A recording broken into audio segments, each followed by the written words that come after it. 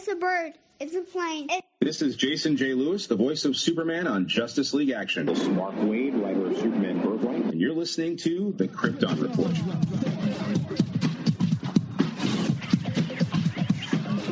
Welcome to The Krypton Report, the All Things Kryptonian podcast, where we talk about anything relating to Superman, Supergirl, Krypton, DC Comics, and TV, movies, video games, comics. I am your host, Tyler, the Superman of Blue, the Man of Tomorrow.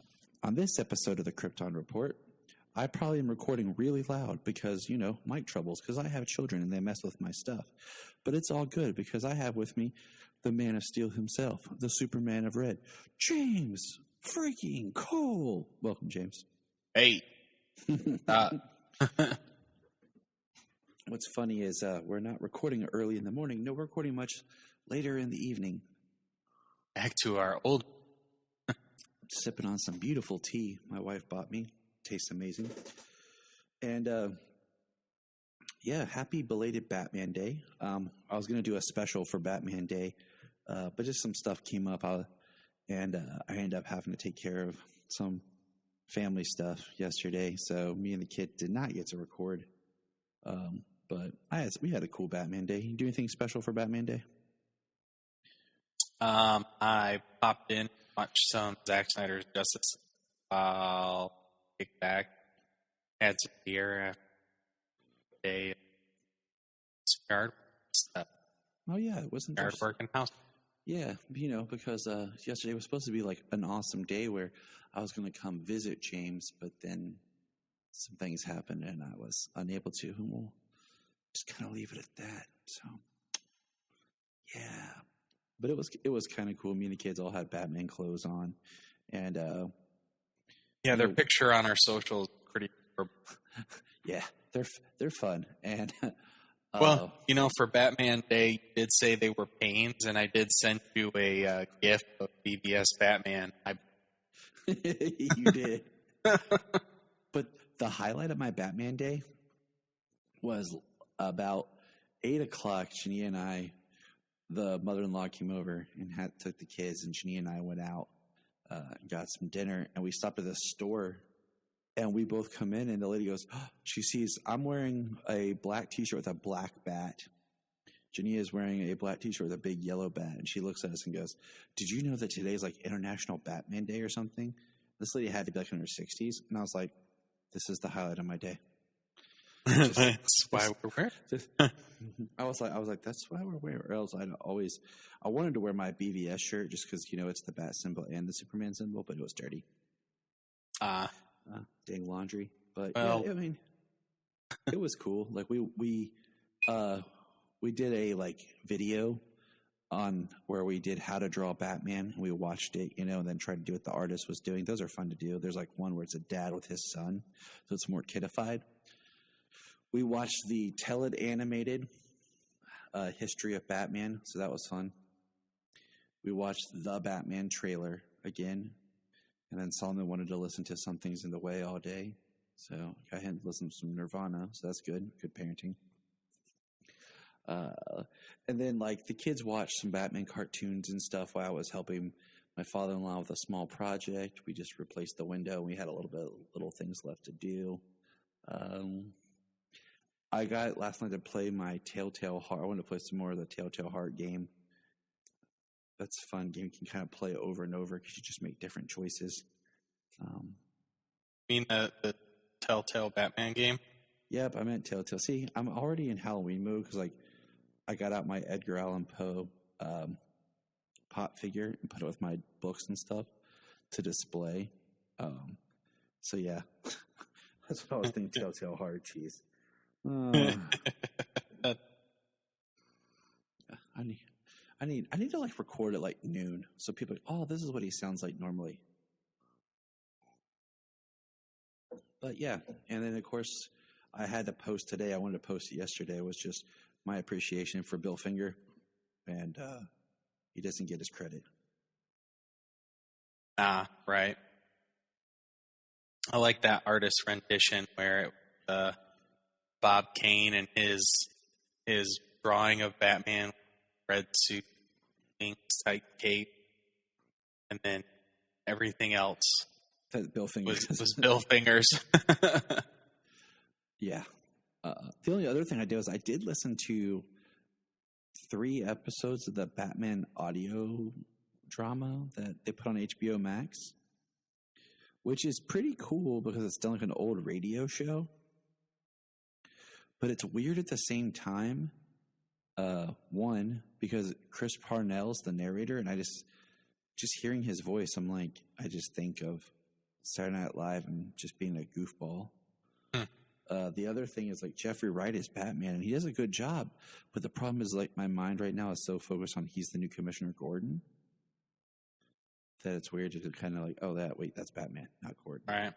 And well, hopefully he's doing some kind of rough fight or something. He is. Batman, and his Gordon will be different.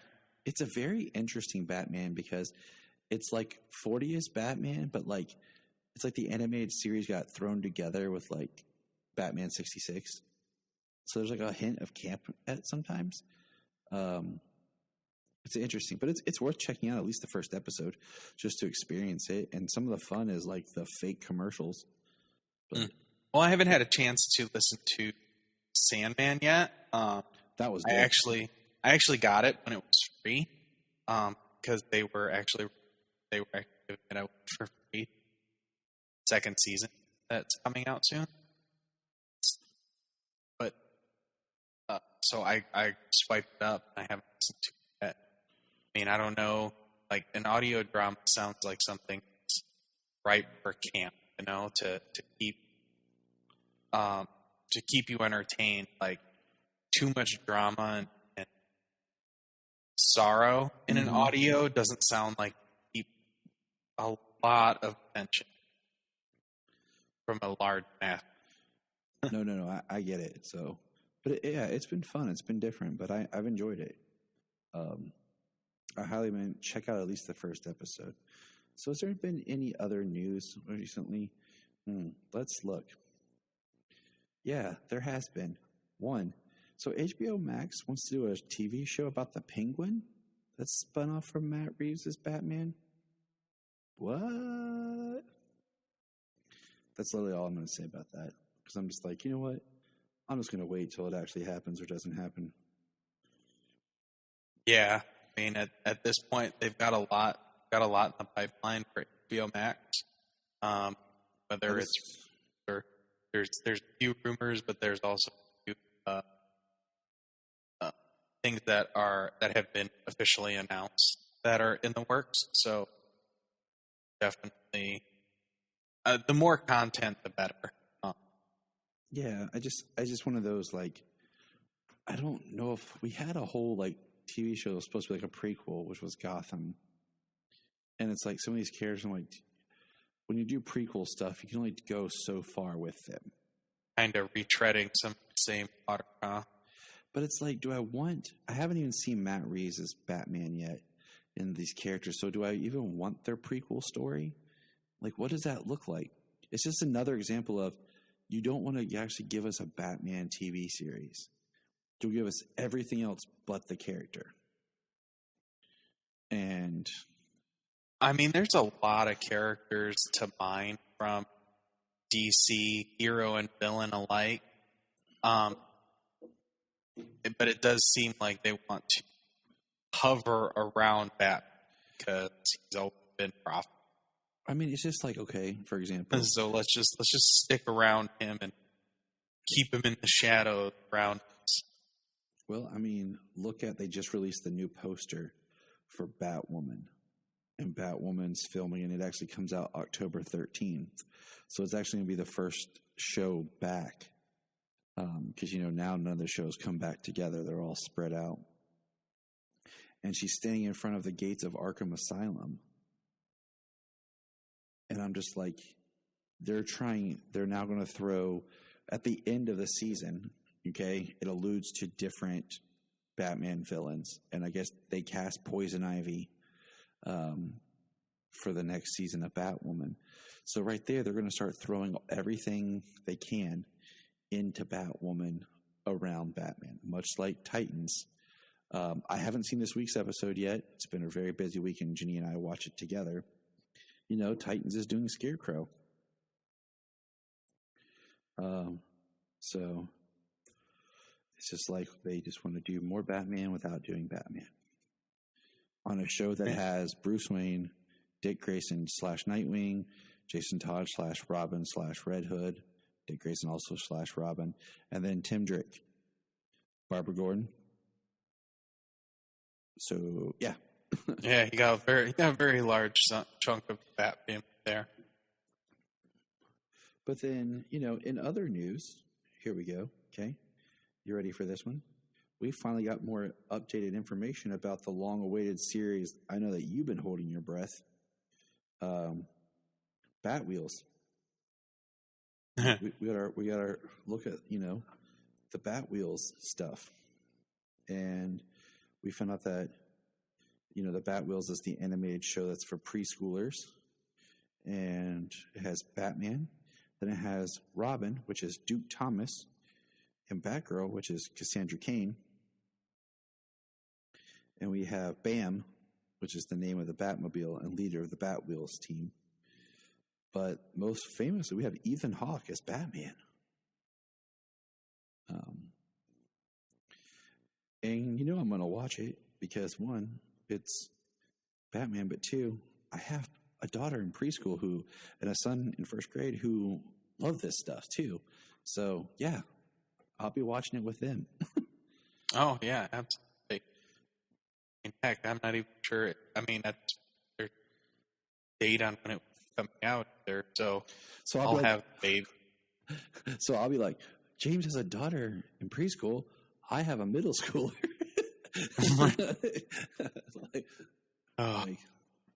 Yeah, with the rate that things happen, they can announce all they want.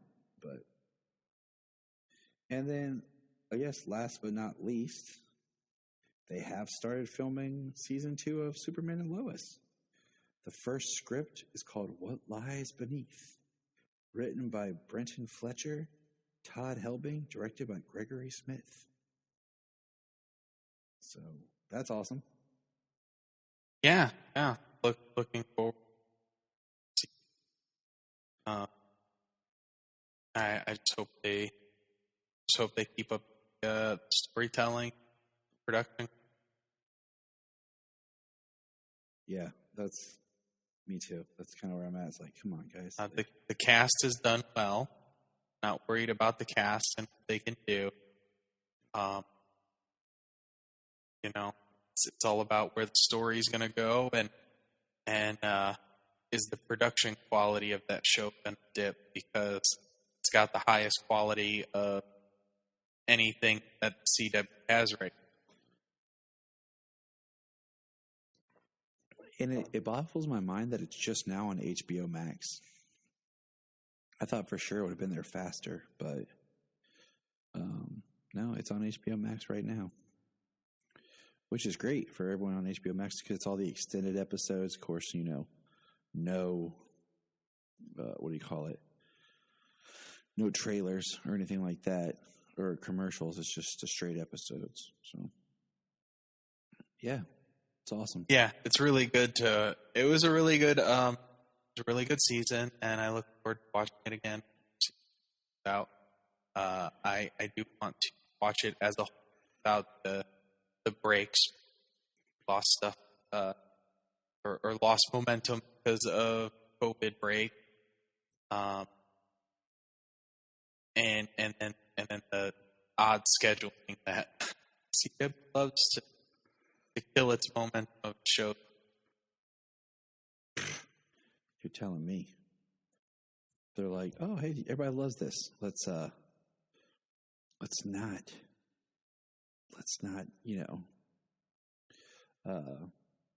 not keep it going. So, well, maybe with the way that they produce the shows and stagger them more steadily throughout the year, maybe get to see more year-round content, and these shows take place at the same if they had just a drop in now and again, and they had part of the season, and then a break, there was another show in its place, and then it came back and stuff. Like, I don't know, might work. Yeah. You're welcome. You are absolutely right. But let's talk about this week's Supergirl, shall we? Because this episode was called Mxy in the Middle. And James, what did you think about this episode? Well, I enjoyed it. Really, I enjoyed it a lot. The Super Friends, dealing with Nixley and protecting Mxy. John Lennon, not John, Tom Lennon. Tom Lennon, right? He's fantastic as Mxy. So, he is. Just wonderful. From the moment he pops in, we pick up right at the end of last episode where he pops in, and he has to deal with Nixley, and like he says her full name, and he says it a couple of times, and I still can't say it unless I repeat it right after him. Yeah, or I'm looking at like the subtitle, but yeah. Yeah, so he does it so well. He has a musical performance, which I thought was good. Oh my gosh. Dude, that's okay. So here's what we're going to do. We're going to kind of talk about the C plot real quick, and then we'll jump back to the A plot. Oh, that's fine. Let's go. Because the A plot was so fun this episode. Yeah, but basically, I say the C plot, that's the Lena Luthor thing. And I enjoyed that too. I'm just like, this feels very like out of left field. It does. I thought it was I was like interesting, but the way that the story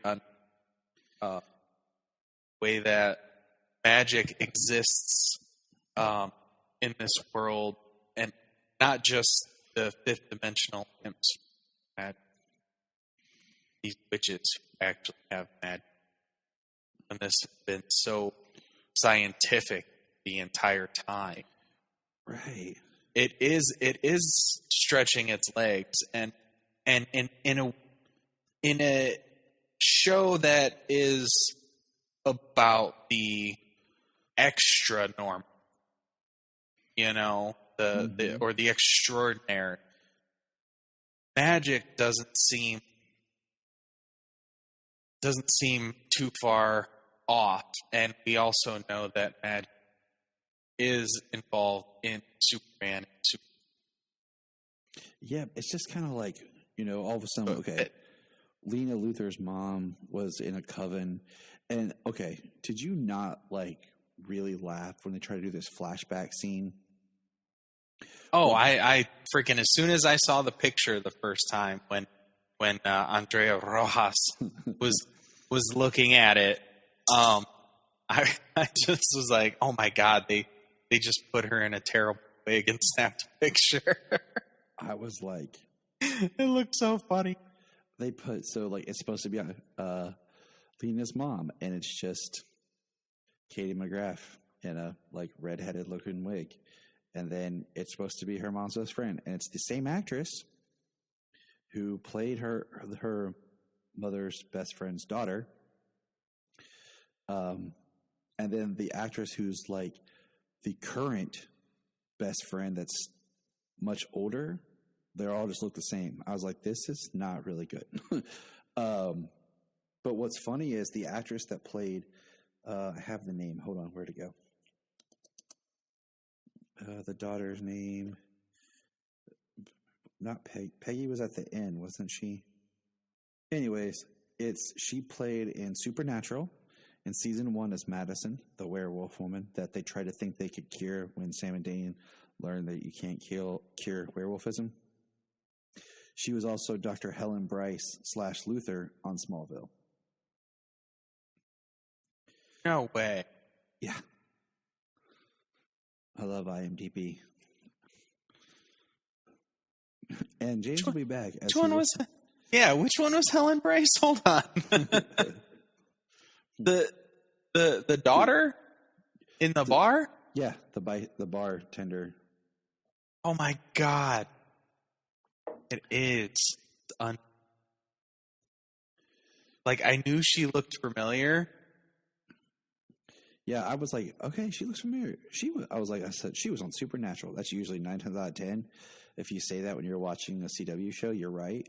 And then every now and like it's getting less and less for Smallville, but still you can say, what about Smallville? And boom, there it was. So That is nuts. I haven't seen her in a long time, and she was in that one section of Smallville, part of season 2 and the very beginning of season. Yeah, kind of crazy, huh? Yeah, she looks good. She looks good. And that is James's commentary on life, people. Good night, everybody. But, yeah, this whole like Lena, you have the spark too. You can make magic. I'm like, that's kind of cool, but at the same time, I'm like, yeah. It does feel very like. So we had to get Lena's superpowers somehow, so we're gonna make her a witch. I guess. I don't. You know what I'm saying? Like, what the intent is going to be. So I'm just kind of like, I don't know how much I like this, but we'll see how it plays out. I just feel like it's introducing something in the 11th hour. Right. I'm like, instead of just wrapping up some storylines, I feel like let's expand. And instead of making Lena more, I mean, I guess they're trying to make Lena her own person, away from the Luther name and everything. But I don't know, we'll see how it goes. I'm not hating it, but I was just kind of, But all right, let's get back to the other stuff. Ready? Let's go. So this episode picks up directly where the other one left off, with Mxy showing up, and we see that Nixley, I'm just going to call him Mix and Nix because it's going to get confusing, has a crystal. We also learned the backstory of King Burpix and what happened with trying to overthrow him. And then, like you said, Mxy tries to tell this story while singing everything to the tune of I Will Survive, because we learned that when they use their magic, the other can detect them. You can detect fifth dimensional magic. They can. And then we learned that, is it Mitch from the menagerie is trying to help. So it was a whole bunch of interesting little tidbits and factoids going on in this episode, because Mxy couldn't use his magic and basically couldn't do anything. And then we learn about the 7 totems that form the Allstone, and that Jared's crystal, and you needed a blood member of Jared, a descendant, which Mxy is, to find them all and put them together. And then I tried to write them down, but they name all the different totems. It sounded like the same as the Paragons. Did it not? Yeah, something similar. I don't have that. Yeah, I was starting to write it down, but then I was like, oh, this sounds very Paragon-ish. That's right, I made up a word. But I did find it interesting that Kara's like blaming herself about Nixley. Like, I should have told you guys. I didn't think about it because, I didn't think we'd see her again because she was in the Phantom Zone. And then Dreamer's just kind of like doing her own thing, like, oh, not going to say anything. Wasn't me. Well, she does tell Brainy, and then eventually she does tell Kara. And it's nice that Kara, she wasn't upset with her for any. Was it a big mistake? Yeah, I've made mistakes. Right. I love that. Let's just move on and figure out where we go next. So yeah, really good.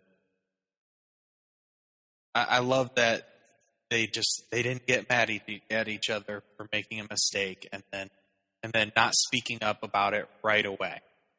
Because if this was Arrow, like they wouldn't speak to each other for the next episode. Yeah. Be like, why aren't you guys out there fighting together? I'm mad at him. We had a falling out. For like the 6th time. What happened? You know. No. That's why I'm asking you.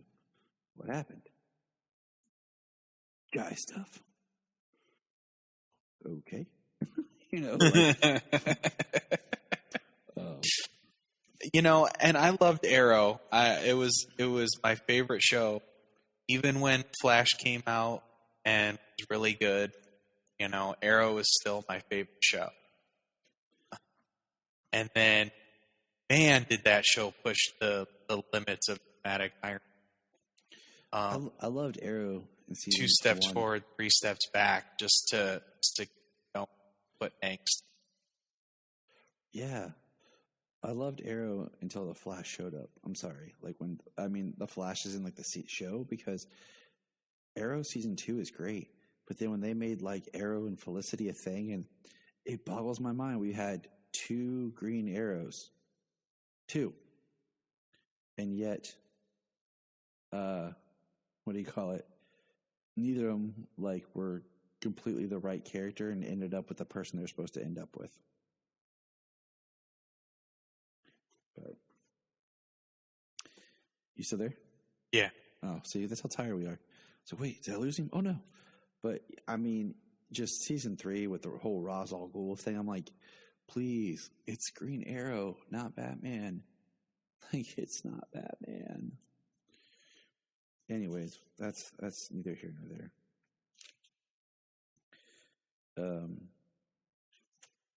Yeah, let's keep it going. I did want to say this. I did put in my notes, we're post-crisis. Is Lena going to be the new Silver Banshee? I meant to say that. Oh, really? So they talk about, Mxy states they can put Nixley back into the Phantom Zone. And everyone's like, no! And we learn about the Corto Maltese name is dropped in this episode. Did you catch that? Yes, I did. I was like, oh, isn't it again, huh? That's where they had to go to find the cave that one of the pieces of stone was that they could use to maybe depower Nixley, because they were talking about how if they use this device that she got her powers, then maybe they can render it so that they can take her powers away. I was like, okay, all right. Yeah, they've got truth, destiny, love, and yeah, very Paragonish, but dreams. There's a little overlap there: hope and courage and humanity, and I think even love. Yes, but truth, even truth. The only thing different is destiny and dream. Yeah, the double D's. Yeah. I'm gonna blow right by that one. Keep going. Yeah. Didn't you ever watch Ed, Edd and Eddy? You had Ed and then double D. Ed with 2 D's. Yep. That was a weird show. Very interesting fan theory about that show. Just look it up on Google, people. Okay. I know Supergirl likes to be funny and do stuff, but really, Nixley uses a giant cat to attack people, and the way they stop it is Supergirl uses her heat vision like a laser pointer for the cat to chase. To distract the cat, yeah. I was just kind of sitting there like, what? I had a good laugh about that part. I laughed, but I was still just kind of like... when they... what did they try and do? She tried to leash it, and it, knocked her back. And then she tried to blow at it, and it sneezed and knocked them all back. And then Brainy used a bottle, a shrinking bottle, and shrunk the cat inside of a bottle. Yeah, because Nixley comes out and states like a Koluan trying to shrink me or whatever. I'm like, yeah, because that would work beautifully. Yeah. But, whatever. It was, and then we find out that Mxy tries to, duplicate himself. And it works for a minute, but the technology kind of screws up. And he goes back to being one. And I was like, okay.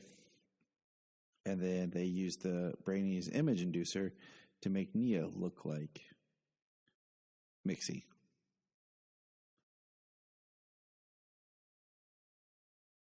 Yeah. Which the plan then also had. Yeah, and Solomon came in at the end when I was watching it, and he was like, "What's going on?" And I'm like, let me try to explain this to you. Like, a lot happened this episode. It does. And here's the one thing. I had to think for a minute, like, so Nixley mentions that she used a Kryptonian breathing fire dragon? A kryptonite fire dragon? How is that a thing? When kryptonite wouldn't really exist until the planet blew up. Yeah. Well, I mean, being a fifth dimension imp, she can basically construct reality. She can make a kryptonite fire dragon. Like, that's one of the things that they're concerned with in this. Like, I mean, a fifth dimension being has the power. Now, they've always been B characters for the most part, but fifth dimensional beings have power to write reality. That's where the Emperor story comes from. The Joker getting Mxy's powers. And yeah, he rewrites reality. He rewrites the world. So, I mean, a fifth dimensional being can potentially be a crisis level event if they wanted to. Yeah. So, like, it's a very, and they've always had Mxy as a one-off in episodes. So to have the season big bad be an imp, something definitely new to, like, the Superman, Supergirl mythos story film. Because they've always been used as, like, a joke. Mm-hmm. So yeah, it would be very, because with that same thing, Kara gives one of her big Kara speeches, and about stronger, and Nixley's just like, nah, I like being bad or whatever, and then Mxy pulls a fast one on her by basically surrendering himself, but when he does it, he slaps the cuffs on Nixley, taking her power. But she got away because of Mitch, that menagerie-loving man. But I was a little confused. Were they trying to say that Mxy is Nixley's brother? Because it kind of seemed like that a little bit, because they talked about him being welcomed back into the patriarchy, and when they told the story, I was like, wait a minute. I was confused for a minute. Yeah, so what it seemed like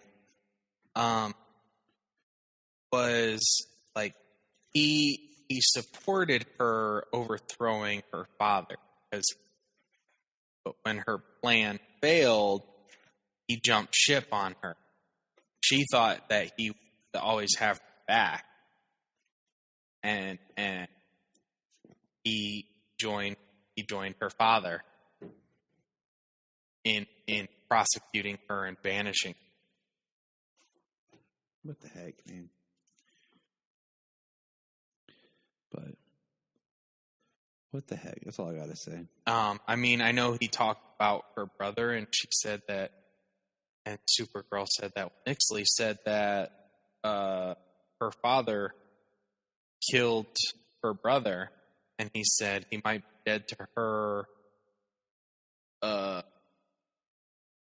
Might be dead to her, like. Yeah.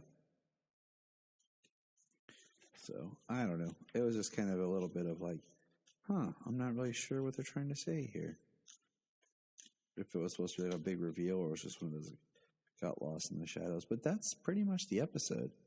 Any other final thoughts there? I mean, just they've presented some curious things. Is all I gotta say. You know, we got a depowered fifth dimension. You know, I don't destroy reality as it seems, and what's gonna happen. Looks like we're gonna see Mxy again this season, so it's always fun to see him. And where's the nest? Right. I don't know. We'll find out, you know. We still got plenty of Supergirl left. And it's exciting, but also kind of sad. But I feel like now we're on a path to something. So. Well, yeah. I mean, we're closing in on the end of the series now. So, you know, we're just about last half of the season now, aren't we? Isn't it 20 episodes? Is it? I thought it was 22. Maybe it is 20. It's 20 to 22 episodes. I'm fairly certain. Don't think it's 18. No, it's in the 20s. I think we were told that it was 20. And the last episode is going to be basically a 2-hour block. Mm-hmm. It's 20. So, yeah, we are now in the back half. Right? Yeah. Right? Yes, yeah. We are. Oh, man. Oh, man. All right. Well, let's kick back and enjoy the ride. And there's always more great super to talk about. So just remember. Look up in the sky.